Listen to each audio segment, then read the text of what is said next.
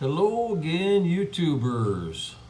This is Edward coming to you from the Philippines, and today is going to be an interview with my autistic son, John. He is 21 years old, and he lives with me full time. He's been diagnosed with autism since age 3 when we used to live in the state of Minnesota in the United States. And he's nonverbal. He can say single words, maybe up to 4 consecutive words in a sentence, and that's about it. And that's about as far as he can do anything verbally, but he understands very well. John, high five, high five. Yeah, buddy, good job. So he understands very well. He loves to swim in the pool. Actually, that's why I built this pool for John. That's his favorite thing to do in life. John, say hi. Say hi. Huh. Hi, yeah. Say, and he's very good manners most of the time.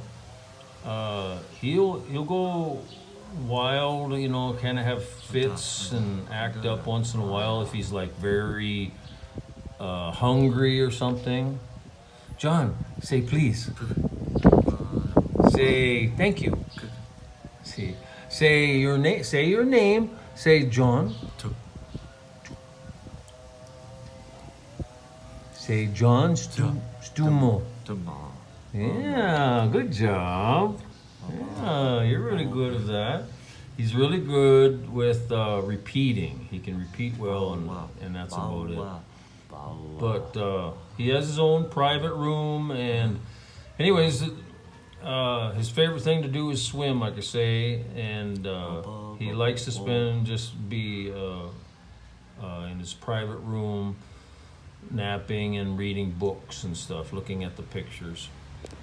But the biggest reason why I wanted you to also meet my son, but I brought him to your attention in this interview, is because some new statistics came out from the United States, from the Center of Disease Control. And when John was born in 2001,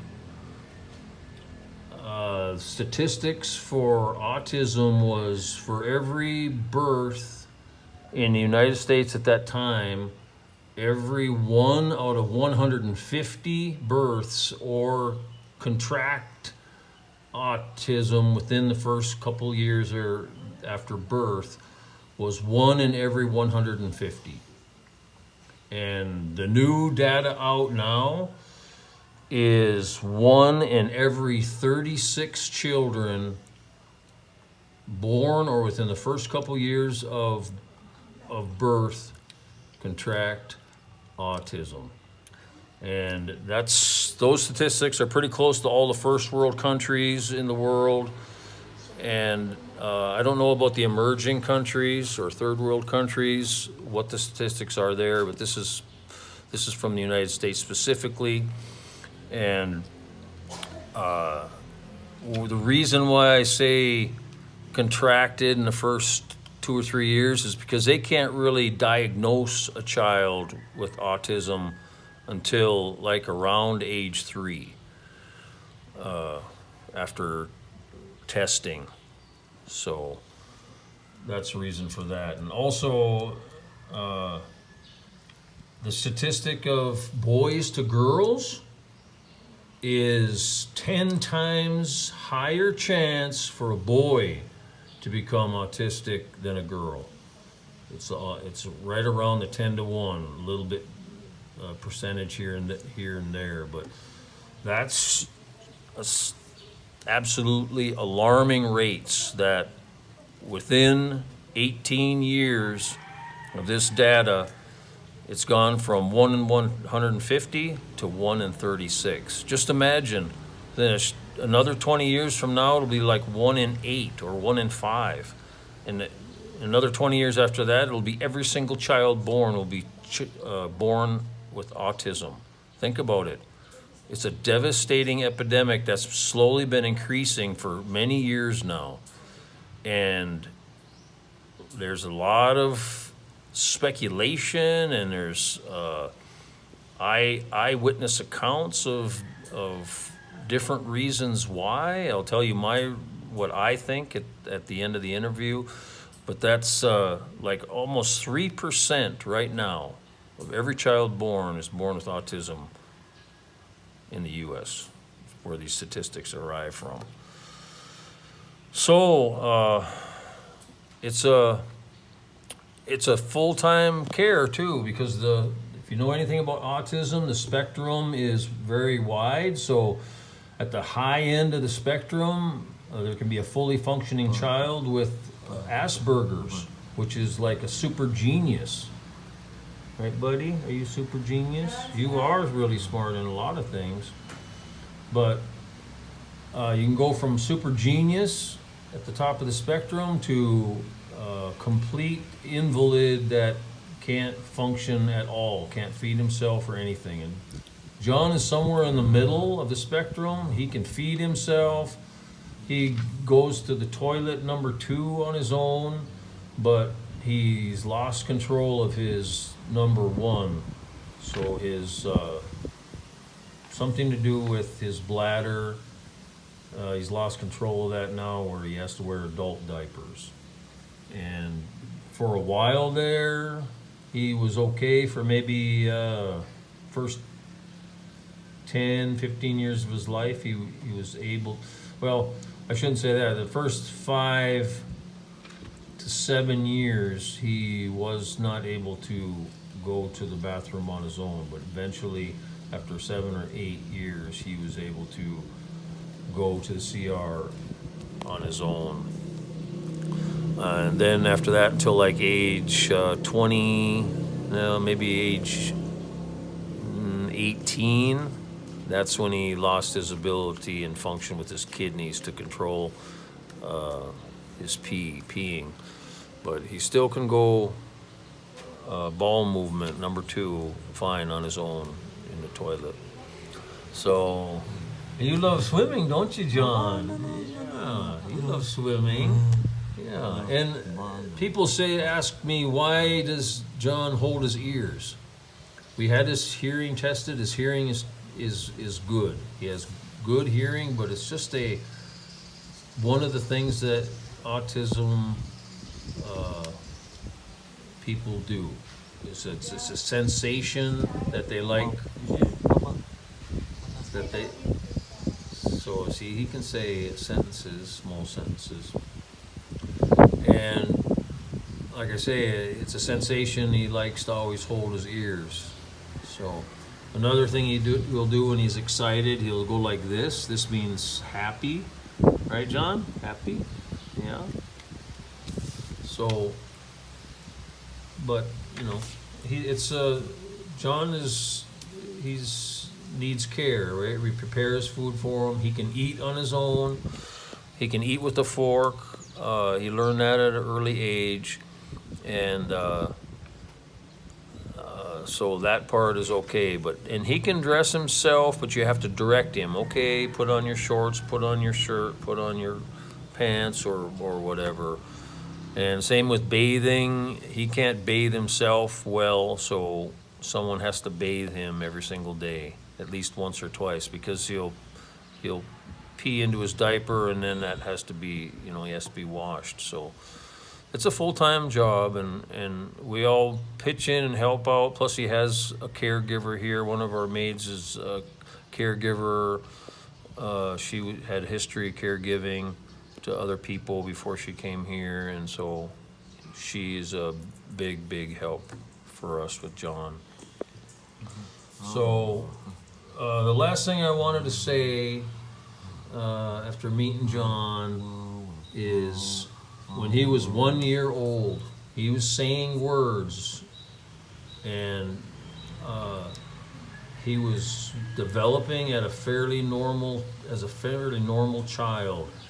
And in the U.S., just like the majority of the world, he had to submit to medical procedures like what we just went through in the lockdown period a couple years ago, where you have to take a liquid into your veins, into the muscles of your blood through a means that I can't explain it on this channel because I'll be censored.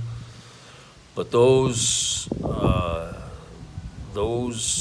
that means of medical procedure where that happens, that liquid is in that container that is pushed into your system, is bypasses all your natural abilities to reject anything, because it goes right into your bloodstream and right into the muscle and then right into the bloodstream. So though that I seen at his 1-year-old volley of required liquid forced into his body, it was a complete change. He lost all ability for words after that age 1, and it was a complete regression into what John is today. Hey, buddy. Yeah. Good job. So, I mean, I'm blessed he's not worse than he is today, but one thing that is in my faith and that I think is a huge blessing with John is the saints that are described in the Bible. I mean, the highly revered saints and the very special ones. There's one chapter in Revelations that talk about the 144,000 that are marked as God's highest, like protectors, almost like the archangels are the generals of the angels, God's army of angels. These 144 human beings are going to be marked by God as his vanquishers of evil on earth in the end times. But the criteria to be one of these chosen of God is to never have spoken vile from your mouth. John is autistic and nonverbal. He's never spoken a word of vile. Vile is curse words, swear words, any kind of bad thing that you can say from your mouth. John is completely innocent, and it's never happened with him. The second criteria is never have been defiled by a woman. That's what it says in the scriptures. That means you've never had intercourse, sexual relations with a woman, and John never has. He's a virgin. So in those two criteria alone, John is such a special blessing to this family and those around him.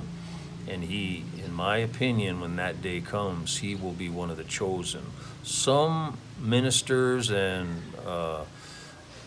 leaders of the faith say that these chosen ones, 144,000, will come from dead baby Jewish people of before the year 1 year old, because 1 year olds that die of whatever reason can have never spoken vile from their mouth, right? And they're virgins and they're Jewish. It says that they're Jewish, but my belief is those two things exist already with John. And as far as him being Jewish, there is Jewish blood in every single nation in the world.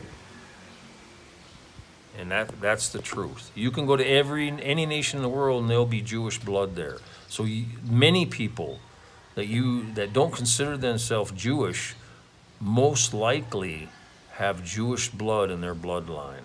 And it goes so far back. How are you to really know? DNA sequencing, you can maybe somehow find out, but I would say that a lot of bloodlines, a lot of people and families have the Jewish blood in them. They just don't realize it. So as far as that goes, John fits the bill. He's a very blessed, perfect person, and I think someday maybe he's gonna be fighting for Christ. So that's that's it for today, and that's my wonderful, beloved son John, and he's a very kind and loving person. He likes to hug, and he's a pretty darn good boy, and he's been my biggest blessing in my life by far. There's no doubt. So there's my son John, and thank you so much for being with us, and take care and God bless. Say goodbye, John. Say bye. Say bye-bye. Bye.